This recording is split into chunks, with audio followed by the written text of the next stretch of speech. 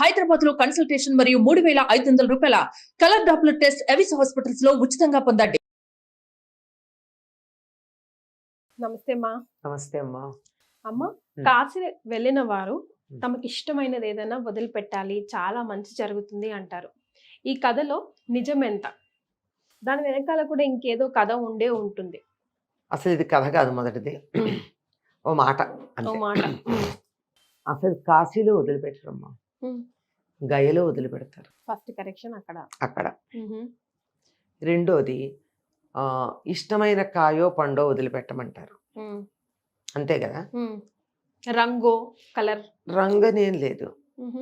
నాకు తెలిసిన వాళ్ళు చాలా కొంచెం సెలబ్రిటీ కిందే లెక్క. ఆవిడ బంగారం వదిలేసింది. ఓ అంచేత ఒంటి మీద బంగారం పెట్టుకోదు. ఓ ఏదో ఒక వేరే రకమైన పూసల దండలు అలాంటివి వేసుకుంటారే తప్ప. అట్లా ఏదన్నా వాళ్ళ ఇష్ట ప్రకారం చేసుకోవచ్చు. కానీ కాశీలో మాత్రం వదిలిపెట్టేది ఏంటంటే కాయో పండో వదిలిపెట్టడం ఒక పద్ధతి. కాశీ కాదు, గయలో. ఎందుకు వదిలిపెడతారు అది కదా. అది కూడా ఏ సందర్భంలో వదిలిపెడతారు? పితృదేవతలకి పిండ ప్రదానం చేసే సందర్భంలో వదిలిపెడతారు. ఎప్పుడు పడితే అప్పుడు కాదు. పితృదేవతలకి పిండ ప్రదానం చేస్తూ మామూలుగా ఒకటిగా ఉండదు, 33కు పైగా ఎన్నో పిండాలు పెట్టిస్తారు. తల్లిదండ్రులకి, వాళ్ళ తల్లిదండ్రులకి, వీళ్ళ తల్లిదండ్రులకి, అట్లా బంధువులకి, గురువులకి, స్నేహితులకి, మిత్రులకి, మన ఇంట్లో పనిచేసేటటువంటి పని వాళ్ళు ఎవరైనా చనిపోతే వాళ్ళకి కూడా పిండ ప్రదానాలు అక్కడ చేయిస్తారు. మరి చాలా మందికి సందేహం వస్తుంది, మనకి అందరికీ ఈ కర్మలు సరిగ్గా చేయరు కదా, వాళ్ళ బతుకులు ఏమిటి అని. ఇవి చేసే ఉంటాయి. ఇవన్నీ అయ్యాక ఇంకా కొన్ని ఉంటాయి, 3, 4. ఆ 3, 4 ఎవరికంటే మాకెవరు తెలియకపోయినా, మాకు తెలియరు వాళ్ళు, కానీ వాళ్ళకెవరూ చేయకుండా అనాథల్లాగా ఉండిపోతారే, ఎవరు పిండ ప్రదానం చెయ్యక, అట్లాంటి వాళ్ళ కోసం కూడా పెడతారు. అది ఉద్ధరించబడ్డానికి. మన సనాతన ధర్మం ఎంత విశాల భావనలు కలుగుంటుందో చూడండి. ముక్కు మొహం తెలియని వాళ్ళ శ్రేయస్సు కోసం కూడా పాటుపడేటటువంటిది. ఆ సందర్భంలో మీకు ఇష్టమైనటువంటి కాయో పండో వదిలేయండి. అంటే దేనికి అంటే ఒక ఒట్టు పెట్టినట్టు, నేను ఈ పని చేస్తున్నాను, దానికోసం నేను ఇది ఒక పంతం పట్టాను అని చెప్పడానికి. అట్లా పట్టడానికి ఇష్టమైంది వదిలేయమంటే చాలామంది డాక్టర్లు తినద్దన్నది, పనికిరాంది, నచ్చనిది, రుచి లేనిది, దొరకనిది ఎవరో ఒకడు ఆ కాకరకాయను లక్ష్మణ ఫలం వదిలేసట. అసలు రామఫలమే అరుదు, లక్ష్మణ ఫలం మరీ అరుదు. అటువంటి లక్ష్మణ ఫలం వదిలేసట. ఇంకా అంటే దొరికేది లేదు, అవసరము లేదు. ఇంకొక ఆయనేమో వంకాయ వదిలేసట, ఎందుకంటే ఆయుర్వేద వైద్యుడు ఆయన తినద్దన్నట్ట, అందువల్ల తిన. ఇది కాదు, నీకు ఇష్టమైనటువంటి దాని మీద ఉన్న ఇష్టాన్ని పక్కకు పెట్టుకోమని. నాకు మామిడి పండు అంటే ఇష్టమైతే అసలు మామిడి పండు వదలకూడదని చెప్తారు అనుకోండి. నాకు తర్వాత రీజన్ ఎందుకు వదలద్దు అంటారని ఆలోచించా. అరటి, మామిడి కాకి ఇంకేదన్నా వదిలేయండి అని చెప్పాడు. ఎందుకు అంటే అరటి పండు వదిలేస్తే కాయ తినచ్చా తినకూడదా పెద్ద డౌట్. అరటికాయ కూర వండుకుంటాంగా, అరటి దూట వండుకుంటాంగా, అరిటాకులో తింటాంగా, అరటి పువ్వు కూడా వంట చేసుకుంటాంగా. మరి అరటి వదిలేసానంటే నువ్వు కాయ వదిలినట్ట, పండు వదిలినట్ట, చెట్టు వదిలినట్ట, పువ్వు వదిలినట్ట? అవి ఎందుకు వచ్చిన కన్ఫ్యూజన్? వదులు. మామిడి పండు అన్నాం అనుకో, మరి మామిడి పండు అన్నావు కానీ పండు కావడానికి ముందు అది కాయ కదా. ఆ కాయ మరి సరే, మామిడికాయ పప్పు వదిలేసావు కానీ ఆవకాయ వదిలేస్తావా? ఆమ్చూరు వేసినటువంటి కూర తింటావా తినవా? మరి ఎట్లా మామిడికాయ వదిలేసాక? అందుకని కాబోలని నేను ఊహ చేశా. వాళ్ళు ఏం చెప్పాలా నాకు, అరటి, మామిడి కాక ఏదైనా ఒక కాయ, ఒక పండు వదిలేయమన్నారు. ఎందుకంటే ఒక దాని మీద మనకు ఉన్నటువంటి ఇష్టాన్ని పక్కకు పెట్టుకుంటే ఒక పంతం పట్టినట్టు, ఒక ప్రతిజ్ఞ పూనినట్టు, ఒక ఒట్టు పెట్టుకున్నట్టు, ఒక మాట ఇచ్చినట్టు మనకు పదే పదే గుర్తుకు తెస్తుంది. నువ్వు దీనికోసం ఇది చేసావు, వీళ్ళ కోసం ఇచ్చేసావు. ఇప్పుడు నేనేదో దోసకాయ వదిలేసాను అనుకుందాం. దోసకాయ వదిలేసాను అంటే అక్కడ దోసకాయ చూసినప్పుడు నేను ఇది వదిలేసాను కదా, దేనికోసం వదిలేసాను? నా పితృదేవతల కోసం వదిలేసాను కనుక వాళ్ళకి మంచి జరిగేటినే చూడాలి. ఇలాంటి ఆలోచనలు వస్తాయి. ఇందుకోసం వదిలేస్తారమ్మా. ఏదైనా ఒకరు వదిలేస్తే, ఇప్పుడు ఆ ఇంటి పెద్ద వదిలేస్తే కాశీకి వెళ్ళి మిగతా అందరూ కూడా, ఇంట్లోకి సంబంధించిన అందరూ కూడా, అంటే ఆ కూడలు కానీ, మనవడు కానీ, మనవరాలు కానీ, కొడుకు కానీ, ఎంతమంది ఉంటే అంతమంది కూడా వదిలేయాలా? అది కుటుంబం కాదు కదా వదిలేసినది, వ్యక్తిగతం కదా. మరి వ్యక్తిగతంగా వదిలేసిన అందరూ నీ వదిలేయమని ఎలా చెప్తారు? ఇప్పుడు అక్కడ ఎవరి కోసం వదిలేశారు? పితృదేవతల కోసం వదిలేశారు. ఉమ్, పితృదేవతలు తనకి ఇష్టమైనటువంటిది వాళ్ళ మీద ఉన్న ప్రేమ కొద్దీ నీ కోసం నేను ఇది త్యాగం చేస్తున్నాను అని చెప్పి వదిలిన సందర్భంలో ఉమ్, తన ఇష్టాన్ని ఇంట్లో వాళ్ళందరి మీద రుద్దవలసిన అవసరమే ఉంది. అంటే అమ్మో మన కుటుంబంకి ఎలాంటి అరిష్టం వస్తుందో ఏమో, నేను ఎందుకు కాశీ వస్తుంది? వెళ్ళినప్పుడు అది వదిలేసి వచ్చాను, అప్పటి ఆయన నుంచి వదిలేశాడు కానీ అందరినీ వదిలేయలేదుగా, అందరూ వదిలేయలేదుగా దాన్ని. మరి అది అందరి తరఫున నువ్వు చెప్పడానికి నీకు అధికారం లేదు. ఉమ్, అది ఏమిటంటే నేను ఈ ఇంటి పెద్దని, నా మాట చలామణి కావాలనేటటువంటి ఒక అహంకారం అన్నా కావాలి. ఆ పదార్థం ఇంట్లో కనపడితే తనకి తినాలనేటటువంటి కాస్త వ్యామోహం కలుగుతుంది, తట్టుకోవడం కష్టం అనేటటువంటి భయం అన్నా కావాలి. పొగరు, నిజంగా చెప్పాలంటే పొగరుబోతాను తప్ప అహంకారం తప్ప మరొకటి కాదమ్మా, అది వ్యక్తిగతం.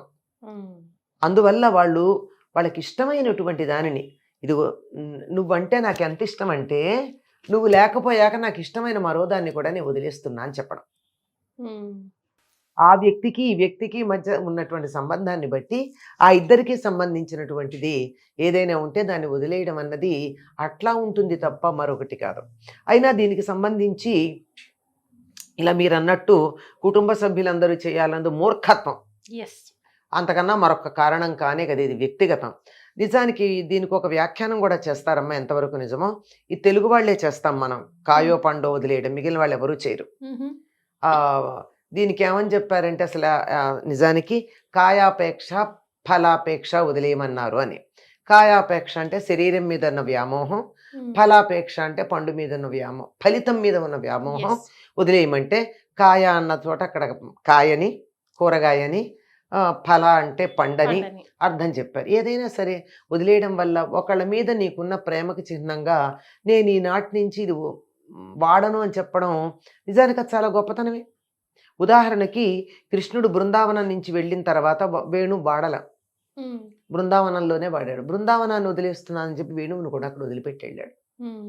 అంటే ఒకదాంతో ఒక అసోసియేషన్ ఉన్నటువంటి దాన్ని వాళ్ళు దూరం అయినప్పుడు దాన్ని కూడా వదిలేయడం అనేది వాళ్ళ పట్ల మనకున్న గౌరవాన్ని సూచించటం. ఆ విధంగా వదిలేయడం ఉంటుంది తప్ప వేరే రకంగా అందరినీ బలవంతం చేయాల్సిన పని లేదు. ఇప్పుడు మామగారు పోయారు, అత్తగారు ఏదో వదిలేసింది, లేదా అత్తగారు పోయారు, మామగారు ఏదో వదిలేశాడు. కుటుంబం అంతా వదిలేయమంటే కోడలకు అసలు బాగుంది, అత్తగారు పోయాక హ్యాపీగా ఉందనుకో, ఎందుకు వదిలేస్తుంది? ఇంకా బాగా లేదు కదా, ఆవిడకి ఇష్టం, నేను ఇంకా తింటాను, గట్టిగా కసిగా తింటుంది. చది చాలా తప్పమ్మా. ఇలాంటివి వచ్చే అసలున్నటువంటి అర్థం కాస్త పక్కకి వెళ్ళిపోవడం జరుగుతుందమ్మా, చాలా పొరపాటు.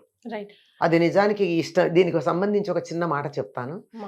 ఒక ఆయన నేను కాశీ వెళ్ళాను అంటే ఏం వదిలేసి వచ్చారంటే, నిజానికి వదిలేయాల్సినవి ఏంటంటే కామక్రోధ లోభ మోహమత మాత్సర్యాలనే 6 లక్షణాలను వదిలేయాలి. ఈ 6 లక్షణాలని వదిలేయడానికి బదులు కామన్ అంటే కోరికలో ఉన్న ఒక భాగమైన ఇష్టమైన కూర, ఇష్టమైన పండు వదిలేయడం.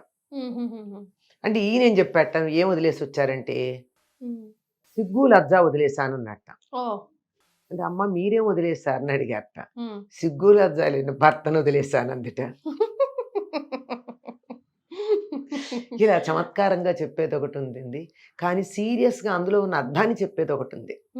ఒక ఆయన్ని మీరేం వదిలేశారండి కాశీకి వెళ్ళారు అని అడిగితే, అంటే కాశీతో పాటు గయం ఉంటుంది లెక్క, అంటే నేను కోపం వదిలేశాను అన్నట్ట. ఇంకొక ఆయన, అండి మీరు కాశీలో ఏం వదిలేశారు అన్నట్టు. కోపం వదిలేశానండి. మళ్ళీ 3వసారి 4వసారి అడిగట, కోపం వదిలేస్తాను చెప్పట్లా అన్నట్ట. అయిపోయింది. ఇలా ఉంటాయి. అందువల్ల నిజానికి ఏమిటంటే ఇవన్నీ మనం సాధన చేయాలి. మనలో ఉన్న దుర్గుణాలని, దురాలోచనలని కనీసం యాత్ర చేసి వచ్చిన తర్వాతన్నా వదిలేయాలి అనేటటువంటి ఉద్దేశం. పూర్వకాలం నడిచి వెళ్ళేవారు కదమ్మా, చాలా కాలం పట్టేది. అందువల్ల ఈ కలిసి ఉండడం, ఒకళ్ళతో ఒకళ్ళు సయోధ్యగా ఉండడం, ఒకళ్ళ అవసరాలు ఒకళ్ళు తీర్చుతూ ఉండడం, ఇతరుల గురించి ఆలోచించటం, కలిసికట్టుగా ఉండడం, ఇట్లాంటివన్నీ అలవాటు అయ్యి ఉండేవి. దాంతో ఒక యాత్ర చేసి వచ్చిన తర్వాత వాళ్ళకు ఒక రకమైనటువంటి మెచ్యూరిటీ వచ్చేది. ఇప్పుడు ఇలా గాల్లో వెళ్ళి అలా ధూళి దర్శనం చేసుకుని ఇలా తిరిగి వచ్చే వాళ్ళకి ఇవన్నీ ఉంటాయమ్మా. అమ్మ కాశీ టాపిక్ వచ్చింది కాబట్టి, కాశీకి వెళ్తే కాటికి వెళ్ళినట్టే అంటారు కదా, ఎందుకు అలాగా? పూర్వం కాలినడకన వెళ్ళేవారు కదా, అలా కాలినడకన వెళ్ళినప్పుడు అంత దూరం వెళ్ళి మళ్ళీ తిరిగి వస్తారో రారో అన్న ఉద్దేశం ఒకటి. రెండోది, కాశీకి ఉన్న పేరు ఏమిటంటే మహాశ్మశానం. అందుకని కాశీకి వెడితే కాటికి వెళ్ళినట్టే. ఆ, దాని పేరు వల్ల అలా వచ్చింది. అలాను తర్వాత వెళ్ళిన వాళ్ళు తిరిగి వస్తారో రారో, అంత చాలా దూర ప్రయాణం కదమ్మా మనకి ఉమ్, తెలుగు వాళ్ళకి, ఉమ్. అందుకని ఆ పేరు వచ్చింది, అంతకన్నా మరొక కారణం కాదు. అమ్మ కాశీలో కాలం చేస్తే గనక మళ్ళీ పునర్జన్మ ఉండదని రకరకాల కథలు చెప్తూ ఉంటారు కదా, అందులో నిజం ఎంత? కాశీ ప్రళయంలో కూడా నశించినటువంటిది కాశీ. ప్రళయంలో భూమి అంతా జలమయం అయిపోయినా వెలుగుతూ కనపడుతుంది కనుక కాశీ అన్నారు.